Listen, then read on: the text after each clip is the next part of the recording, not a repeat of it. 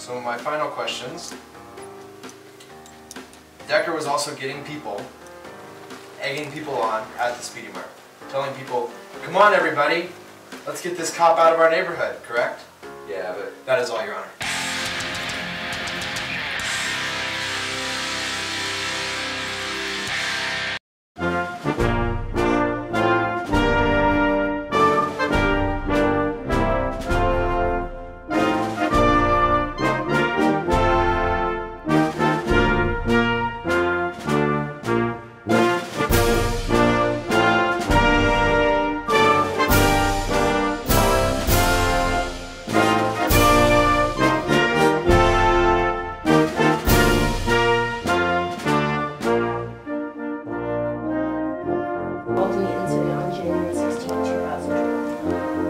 Actually found several speedy marks, and I was in the mart where the accident happened.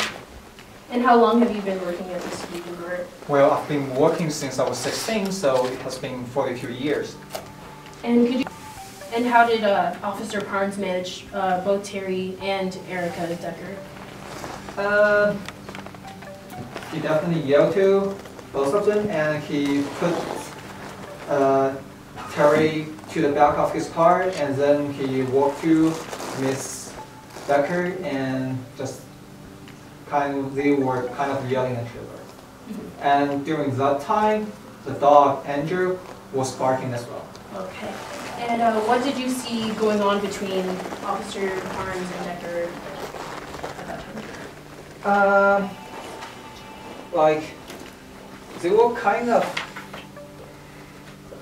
like, as I said, they were both yelling at each other, and Miss Decker was kind of asking more people to come and create a kind of chaos. And how do you feel about Decker's dog? Well, his dog, I have to say, to be honest, his dog is kind of dangerous. I'm kind of afraid of him. Okay. And can you recall the call that was placed during the day of the incident? I was on my way into work when dispatch called me and said that there was a possible flash mob, that the convenience store owner was nervous that it was possible, so I wasn't very far away, so I was the closest officer that could report. And can you explain what a flash mob is? They are like when a group of people comes in to the store, hurries up and runs in, grabs stuff, steals it, and runs away. we still to this day do not know whose cocaine it was, so. I watched him drop it into the store. Okay. So, plaintiff?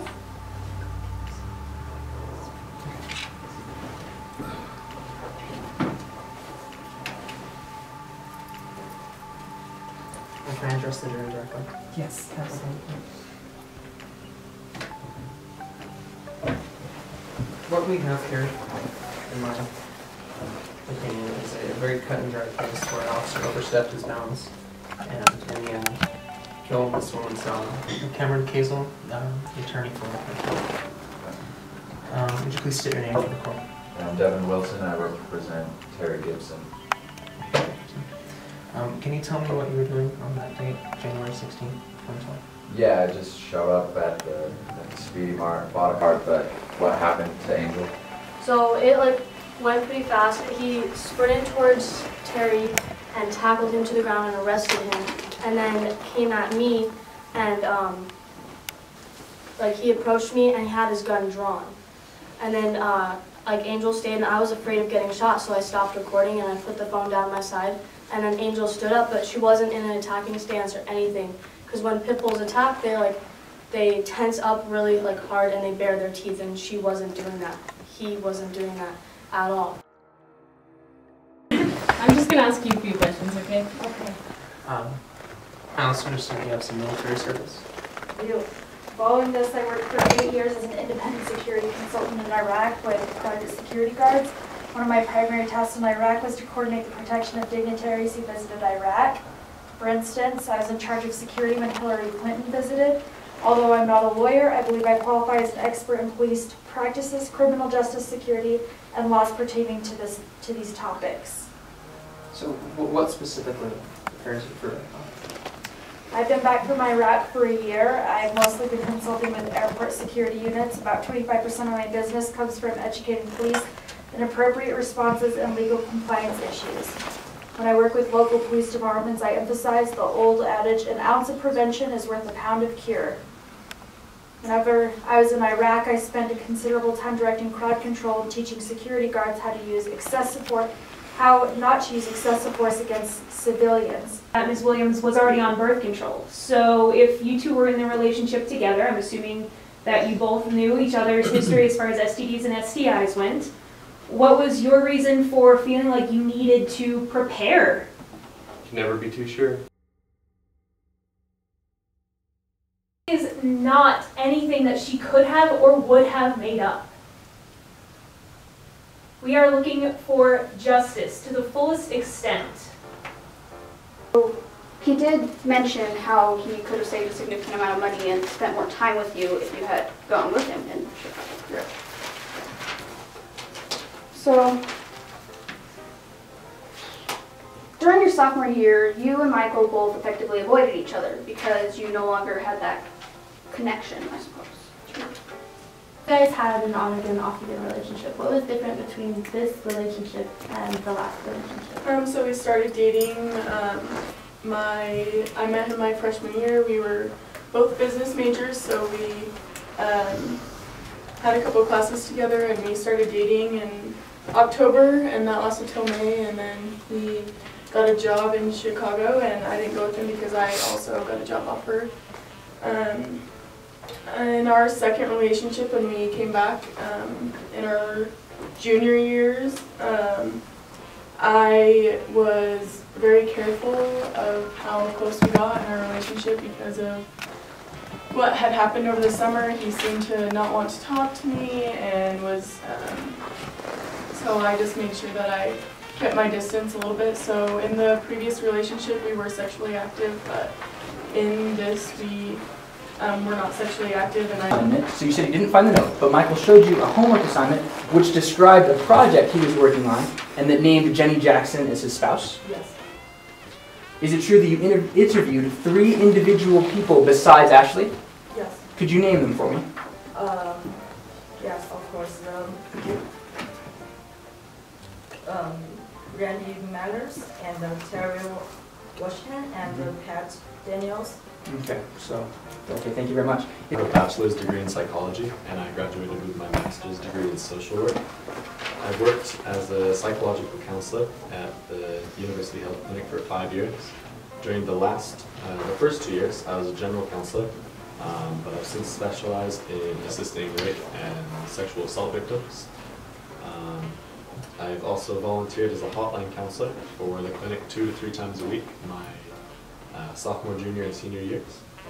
And I became interested in the clinic's rape assistance program because my sister was raped while she was in college, and I saw the trauma that she went through. So you have a lot of experience with. I do have a lot of experience. Right. When did you first talk to Ms. Williams?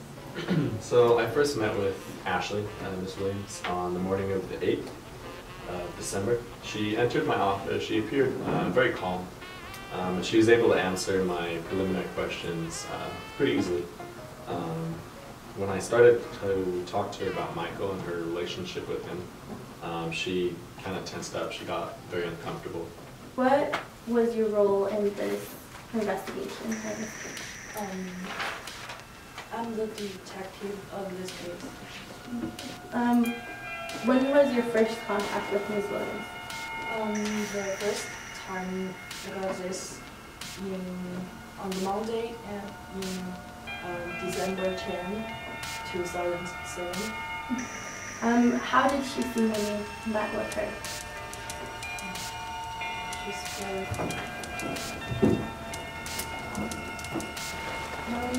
what are your qualifications?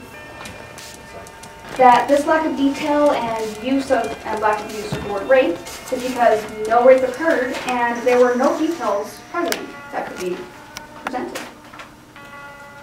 It's possible, but I don't know that anyone really wants to throw around the word rape when you're in shock and me make that decision. I'd say she was more confused and shocked than anything at that point. So rape trauma syndrome, or RTS as you described it earlier, has a very broad range of emotional responses that it covers. So one example being that some victims will be fairly open and reach out to others around them, while others may shy away and not say anything to anyone besides close friends. Okay. So how long have you known Ashley Williams? We started dating our freshman year. We took a class together, and it just kind of snowballed from there, and so we've known each other for a few years. How would you describe your dating relationship with Ms. Williams? It was good at first. The first time we dated, it was fine, and then, like I said, we went to Chicago, and then it ended at that the first time. The second time was different. We were both a little more guarded, both a little more tried to keep our distance from each other at times. She seemed a little more jealous at times as well when I'd have to work with people at school or different projects with Jenny Jackson, like you said. And yeah, so it was a lot different at the same time. So, could you explain what your profession is? I am a practicing psychologist. I've worked for a private practice for 10 years. My focus is adolescent psychology, but I work with all different kinds of people, all different kinds of patients in different situations. What kind of experience and expertise have you acquired through this profession? Through this profession, I've been able to acquire a very varied kind of experience. I work with all different kinds of mental illness, as well as different traumatic, or people who have had different traumatic situations or experiences, and so because of that I have a very wide range of experience. You've worked with rape victims before? Yes. Okay. So could you explain again to the jury what RTS is, or rape trauma syndrome?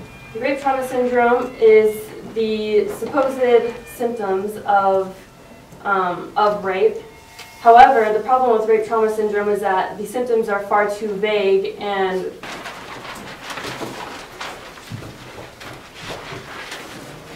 So would you please introduce yourself to the court, please? I'm Terry Williams and I'm Denise Christensen. Okay, so how long have you personally known Michael? I've known him about for seven years, and I'm married to So how would you describe Michael and his personality? He's a very good person. He's got a good personality. Okay. How about Ashley? How long have you known her? I know them about the same time. About the same amount of time, or about the same time that they got together? Same time that they got together. Okay. So, would you please describe your relationship with Ashley? We're good.